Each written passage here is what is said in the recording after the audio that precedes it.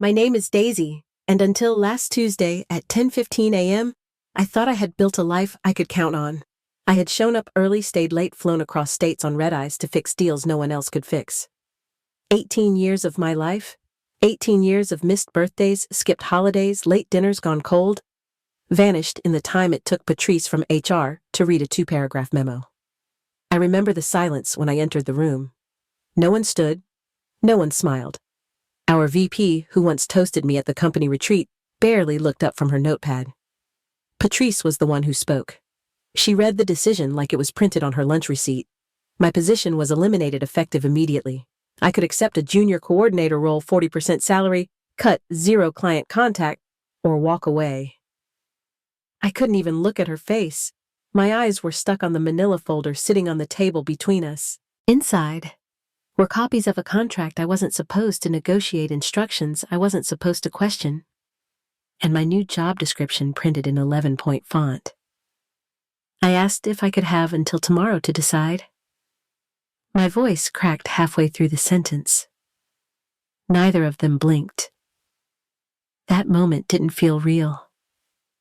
I kept waiting for someone to laugh, for someone to say this was a mix-up, but the room stayed still and cold and quiet. Even the air felt staged. I stood up, slowly nodded, without knowing why, and walked out. I didn't cry. Not yet. Not even when I reached my desk and saw someone had already restricted my system access. 18 years. I gave them everything. Not just time, but belief.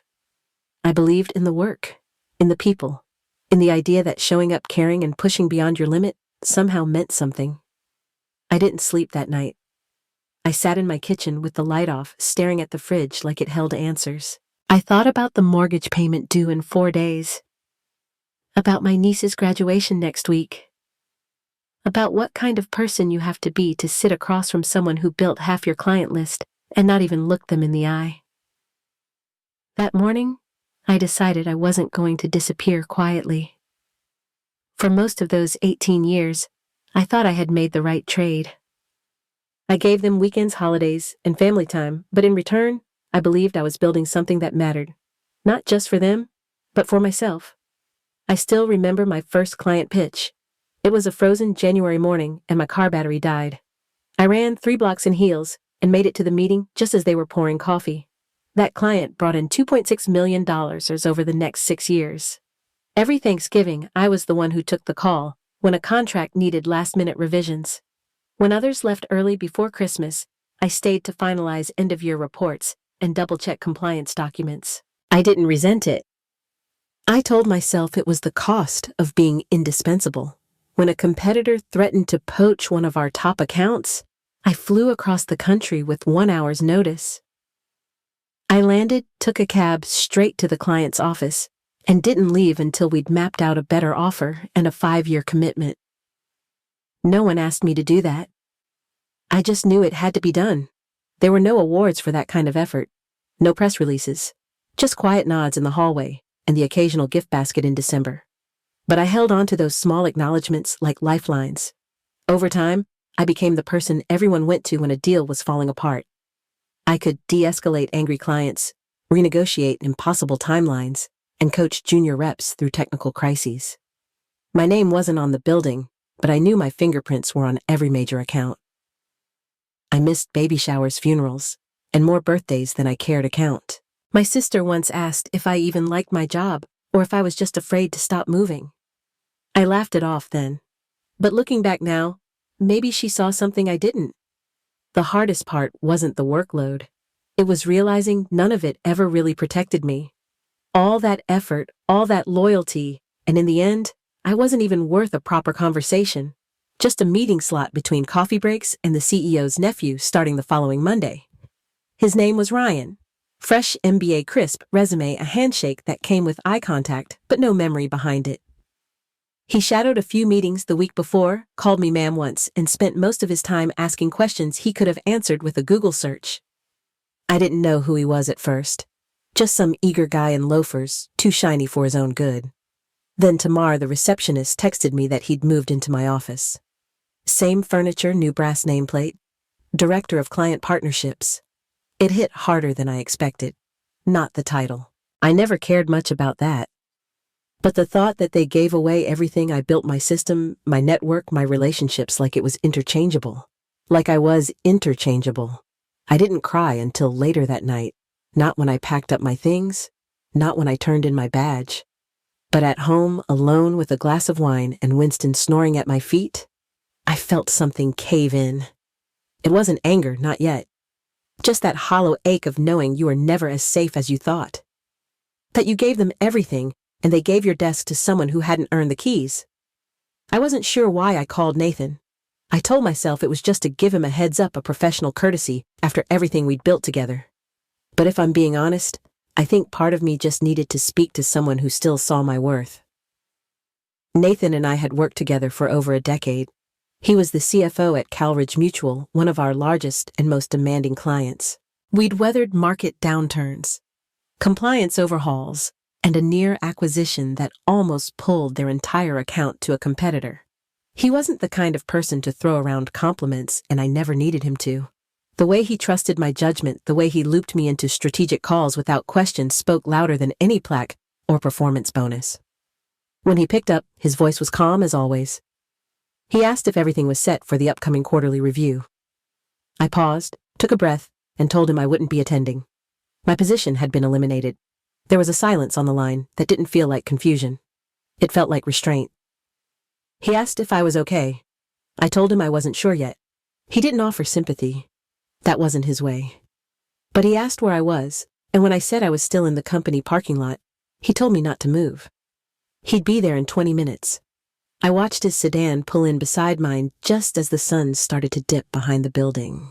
We crossed the street to a small coffee shop, found a table near the window, and sat without ordering anything. He didn't waste time. Said he'd already heard whispers about Ryan and had suspected something was shifting. That explained why their last few support tickets were routed through a new contact who didn't seem to understand their systems. I felt a quiet sting hearing it confirmed, but mostly I just listened. Then Nathan leaned forward and said something I'll never forget. He said their contract was up for renewal in 60 days and they were weighing their options. He looked at me like someone presenting facts, not fishing for drama. Calridge was expanding, acquiring 2 smaller firms, and their needs would triple. They were debating whether to stick with us, move to a competitor, or build an in-house support model. Then he said the third option was hiring me. Not to compete, not to burn bridges, just to bring in someone who already understood the terrain. He needed stability, continuity, someone who didn't have to learn the business from scratch. I sat there trying to make sense of it. Of course I knew the systems. I built them. I knew the people, the pain points, the compliance quirks that had taken years to fine-tune. But I wasn't prepared for the offer. Not that day. Not from him. Not while I still had my office key in my purse and resignation barely printed. I told him I needed time to think. He nodded, said he'd follow my lead, and reminded me that decisions made in anger rarely hold. But clarity, he said, that's worth waiting for. On the drive home, I didn't feel angry anymore. I felt something I hadn't felt since that meeting with HR. I felt seen. And that more than anything was the beginning of everything that came next. I accepted the offer the next morning. The administrative coordinator role came with a generic desk, no window, and a job description that read like someone had copied and pasted from a beginner's manual. HR responded with obvious confusion. It wasn't the outcome they expected. My new supervisor was a woman named Elise. She was 15 years younger than I and looked like she had rehearsed our first conversation in the mirror. She kept apologizing for explaining procedures I already knew. I smiled, nodded, and let her finish every sentence. Walking into that department felt like entering a new company. No one made eye contact. Some whispered behind half partitions, others avoided me completely. I could feel the questions hovering in the air. Why would someone who once managed million-dollar accounts accept this? But I didn't flinch. I arrived early, stayed late, and completed every menial task with quiet precision, filing data entry and supply orders. None of it mattered on the surface. What mattered was access. The role gave me just enough clearance to monitor changes in project workflows and track internal communications. I paid attention to who was copied on which memos. I listened for the names that came up in the break room. I waited, Griffin Ryan's real name had been installed in my former position, with all the confidence of someone who thought preparation was optional. He held meetings without an agenda, dismissed concerns raised by my old team, and spent most of his energy trying to impress leadership. He scheduled a client onboarding during their quarterly audit period. He approved a reporting update that didn't match regulatory specs, and he kept using phrases like synergy and digital migration without knowing the first thing about our actual system. None of that surprised me. What surprised me was how quickly things unraveled. Support tickets from CalRidge doubled within a week. The technical team flagged inconsistencies in the data stream. Nathan's assistant emailed our department 3 times in 2 days, asking why monthly reports had stopped populating properly. I didn't respond. I didn't interfere. I took notes. Detailed, time-stamped, cross-referenced notes. Every evening I met with Nathan's team after hours. We mapped out the legacy system I had built, documented the undocumented, and reviewed service gaps that were starting to widen. What I had built over the years, they were dismantled in weeks. Each day I returned to my admin desk, polite and invisible. I fixed jammed printers, restocked copier paper, and stayed out of the way. But I watched. I watched how quickly they forgot. How easily they erased the memory of who had built the foundation they were now stomping over. I let them underestimate me, because underestimation is a gift. It gives you space. It gives you silence. It gives you time to line up your next move without anyone noticing the shift. I didn't want revenge, not the kind people dream of when they're angry and raw. What I wanted was precision, impact, and a clean break on my terms. So I waited. I played the role they gave me, and all the while I sharpened my strategy like a blade behind glass. Quiet, cold, and ready. The meeting was set for 9 a.m. sharp on a Monday. That alone told me it wasn't routine. I saw it on the shared calendar late Friday afternoon. Title: CalRidge System Concerns. Attendees, Executive Leadership Griffin, and to my quiet surprise me. No one told me why I was invited. They didn't have to. I'd been watching the unraveling all month, reporting failures, compliance gaps, and missed timelines. The systems I'd spent years customizing were breaking under the weight of generic upgrades. I entered the conference room last. Everyone else was already seated. Nathan sat flanked by CalRidge's legal counsel and operations director. His expression was unreadable. The CEO greeted the room with forced warmth. Griffin leaned back, smiling like a man convinced he could spin anything. I took a seat at the far end, hands folded silent. Nathan opened with numbers. Missed reports, audit flags, system crashes. Then came the tone shift. The contract had been violated in spirit, if not in writing. He spoke evenly, but the implications landed like hammer strikes. Griffin jumped in with apologies dressed as explanations. He blamed growing pains, onboarding delays, and a platform transition that hadn't yet stabilized. He used words like enhancement and modernization. None of them landed. Nathan listened, then slowly turned toward me. His voice didn't change when he said my name. He just asked if I could speak to the original system architecture. I nodded once. I spoke clearly, but not loudly. I explained how the compliance logic was structured, how we'd tailored it to fit multi-jurisdictional reporting requirements. The new platform couldn't replicate those safeguards without significant redevelopment. No one interrupted me. They didn't need to. The silence after each sentence said more than any argument could. The CEO's jaw tightened. He glanced at Griffin, who suddenly looked like a man trying to calculate how much trouble he was actually in. I didn't look at either of them. I looked at Nathan. He slid folders across the table. Inside were proposal documents, contract adjustments, and new terms. CalRidge was restructuring the partnership, unbundling services, cutting costs, 40% reduction in total contract value. The room shifted. Executives began reading like they could somehow edit the outcome. The CEO cleared his throat, said that perhaps reinstating my prior role could ease the transition. I smiled gently and said I was currently fulfilling the duties assigned to me in administration.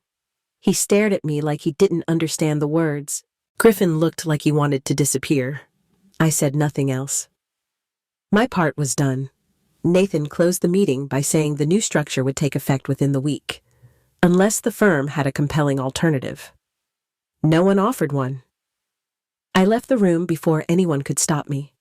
I returned to my desk, opened a spreadsheet, and typed 3 lines just to hear the keyboard click. By lunch, the news had spread. Calridge was slashing the account. The leadership team had gone into emergency talks. Griffin was nowhere to be seen. I sat at my tiny desk and sipped lukewarm coffee. I didn't feel triumphant. I felt finished. The damage was done, not by revenge. By truth spoken plainly, in a room where silence had once been used to erase me. The request came through his assistant. A brief calendar invite labeled as check-in. No details, just a time and a floor I hadn't seen in weeks. I knew what it was the moment I saw it. The executive suite hadn't changed. Same leather chairs, same filtered silence. He stood when I walked in, offered a smile that didn't quite reach his eyes, and motioned toward the seat across from him. I sat. He opened with concern. Spoke of transitions gone awry, how even the best organizations stumble during periods of growth. Then he shifted to praise. My institutional knowledge, my reputation, my unique ability to manage high-value relationships. I let him talk. Then came the offer. Full restoration of my previous title, but with a senior modifier added. A salary twice what I had before. Equity participation, strategic authority, the works. I didn't interrupt. I didn't react. I folded my hands on my lap and listened like someone reviewing a report they'd already read. When he finished, he leaned back, waiting for my answer. I smiled. I told him I appreciated the conversation, that it meant something hearing acknowledgement from someone who hadn't looked at me once during my exit meeting. But I reminded him gently that the role he described no longer existed. It had been eliminated. He said we could create something new. The company needed me now more than ever. I told him I believed that. But I also believed the decision made weeks ago had been deliberate, permanent, final. I wasn't here to undo it. His face tightened. He asked what it would take to resolve the situation amicably. I looked him in the eye. I said I was already at peace, that the situation from where I stood was already resolved. He blinked, confused by the calm. There was no anger in my tone, no edge, just clarity. I stood, thanked him again for the conversation, and told him I needed to get back to my department. End-of-month inventory reports were due. As I reached the door, he asked why.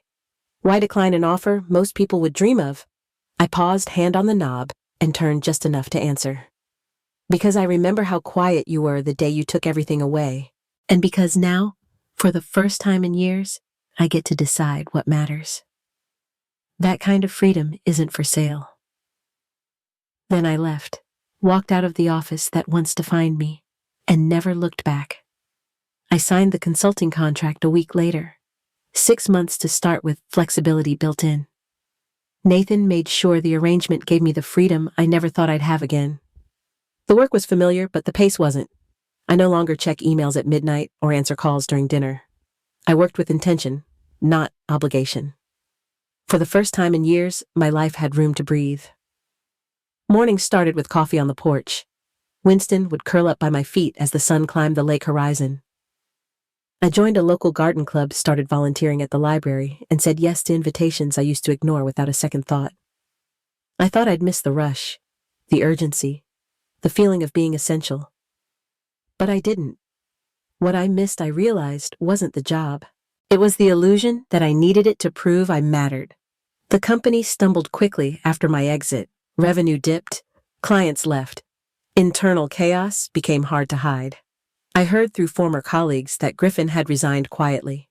The role proved heavier than the title. Eventually, a larger firm absorbed the company. The building where I'd spent nearly 2 decades changed logos. I drove past it once on my way downtown. I didn't feel anger, just a kind of quiet closure. They hadn't ruined me. They'd revealed me, and in doing so, they'd freed me from a version of success that had never quite belonged to me in the first place. I don't think Nathan ever fully understood why I turned down the executive offer. He once said I could rebuild what I had with more control and better pay. But I wasn't looking to rebuild. I was learning how to live again. And life, it turns out, isn't a title or a floor or a paycheck. It's time to sit still without guilt. It's walking into a room without needing to prove anything. It's knowing what you're worth even when others forget. Some days, I still think about that conference room. the silence, the paper folders, the eyes that wouldn't meet mine. But those thoughts pass like clouds. They don't cling, because what I have now can't be replaced or reassigned. It was earned, and it's mine. If you've ever been made to feel small, to question your value because someone else couldn't see it, I hope this stays with you. You are not what they lost. You are what they never truly had. And sometimes the most powerful thing you can do is walk away. Not in anger, not to prove anything, but simply because you know who you are. And that's enough.